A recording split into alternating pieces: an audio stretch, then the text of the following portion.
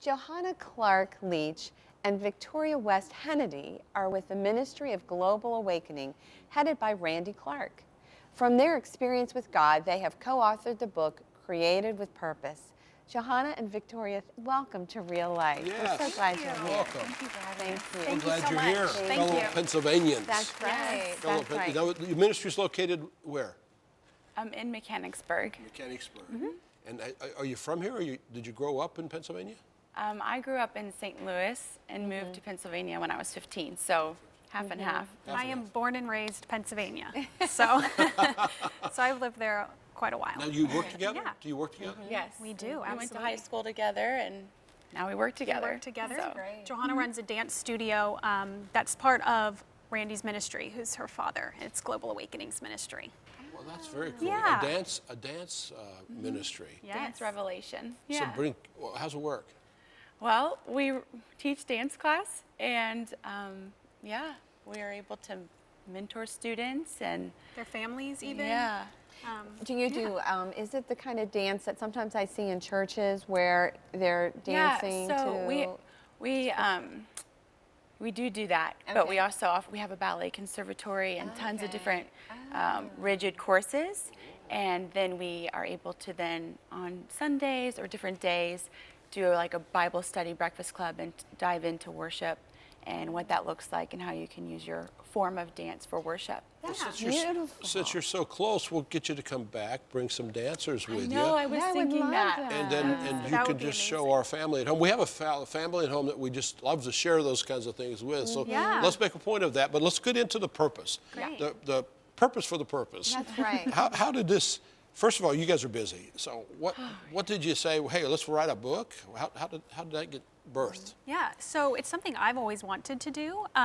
Johanna's probably a little busier running the studio oversight, and I do more of the administrative. So I'm always on my computer and typing, and said, let's do this. I really think people can benefit from it, and let's work together to set those smaller goals that are going to help us write a book, because it can be daunting when you first get started.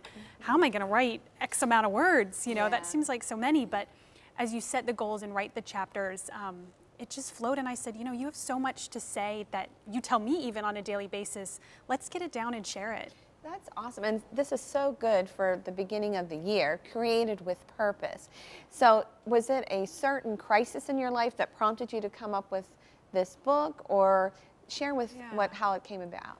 Yeah, I think that is just some of my messages and things that I've shared with traveling with my father. She was able to also point out that you've kind of written half of a book in a sense with your different messages and just your life story.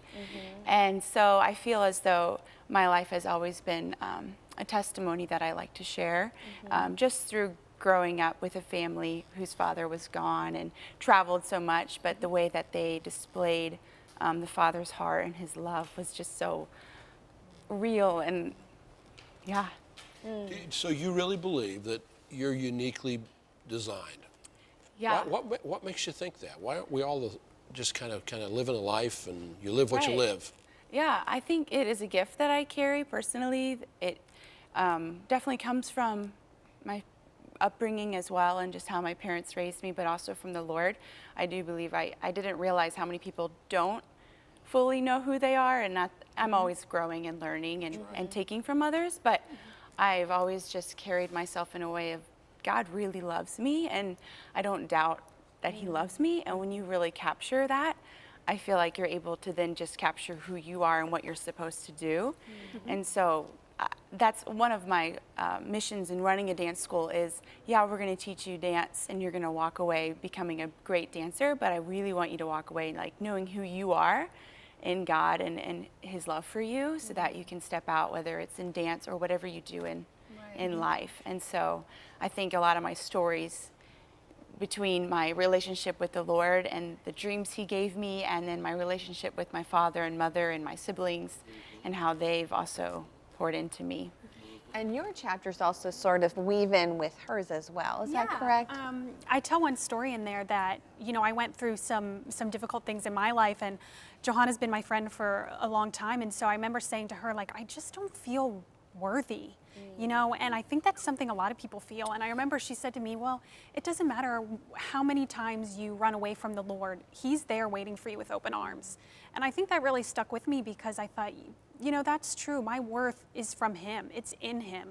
It's not earned. And so when you realize that I really do have a godly value, I think that really helps you to posture yourself to step into your destiny and really give you that confidence to step out in faith. What do you mean? What do you mean by godly value? Yeah, so sometimes I get down on myself, and actually my husband is amazing with this. He'll say, well, how does God see you? And I'll say, oh, well, he sees me as confident or beautiful or smart. And he'll say, well, does that line up with how you're seeing yourself? And I'll say, no. And he'll say, well, who's right? And I'll say, well, I can't argue with God. Of course he's right. And so he really helps me redirect and refocus and say, stop believing the lies that you tell yourself or that other people in your life have told you or are telling you. And really focus in on what the Father's saying, because his truth is the truth about you. Wow, that's a lot of wisdom right there. We always buy into the lies that we tell ourselves, and we forget about what God's truth is about us. Well, the enemy's a liar. Yes. And we're the ones he lies to. Liars don't have any impact if they don't have a listener. And so we are the listeners sometimes. Absolutely. We should not be. Just before you guys came on, we talked about words, how important it is to say words, and how the words reflect who we are. But how do we know who we are? So it comes out of the word. I love Paul prayed in Colossians for the Colossian church, the church of Colossae, and he said, first thing he prayed, he said, that you would be filled with the knowledge of God's will or his will for you. God has a will for you. And you guys have been blessed. Now, did you grow up in a Christian family?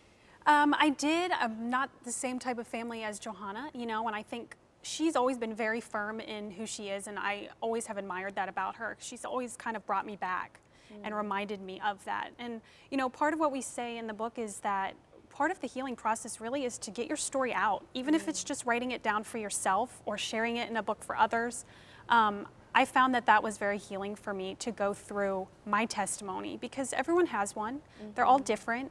Your path might be much windier than mine, but it brought you to a certain place, and God is faithful, and he's with you that whole time. Well, I don't want to take away from getting people to get the book, but what would be something out of there that you would encourage people, the first step in finding their purpose? Yeah.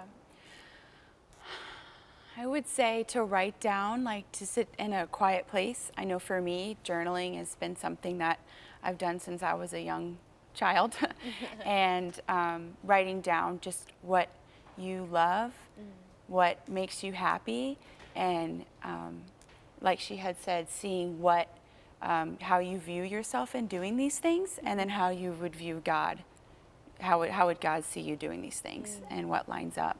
I think that's a good step. I think worship music, I live with worship music, so I think tons of different, I talk about it in activations, is starting your day with worship and really getting before the Lord and just seeking his face and hearing his heart, aligning your heart with his heart, and just posturing yourself the whole day with listening to the Holy Spirit, because he's talking to you. When you say aligning your heart with his heart, how would you go about doing something like that? Well, for me, I just continue to pray. I feel as though when I go to bed, I say, Holy Spirit, you're invited to this room. Like, just, you're with me. You're ministering to me right now as I sleep in my dreams, and it doesn't stop there. And I wake up, and so I think it's constantly, you know, and just even things that I would tell the students is, you know, when you wake up, what are the thoughts you're having?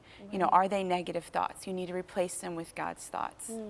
A lot of people wrestle their entire lives with not knowing who they are. That's right. You know, many times we're sold a lie, that we're not who we are, we're somebody else. And maybe that's what's been like for you. And all your life you knew there's something else, but you've never been able to put your finger on it and say, no, God's got something for me. That's right. And even as a young woman, you saw that the Lord had, in your spirit, a purpose for you. But you've made decisions, and you've gone down paths that didn't lead you towards that decision. It's never too late to turn. It's never too late. No.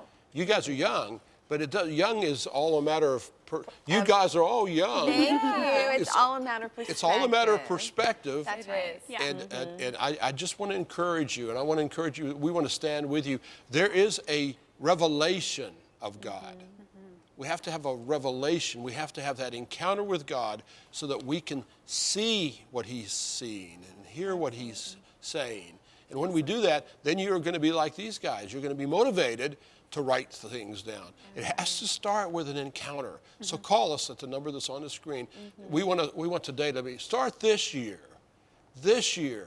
on a step that will take you to where God has. And I don't care how many years it's been since you've done it.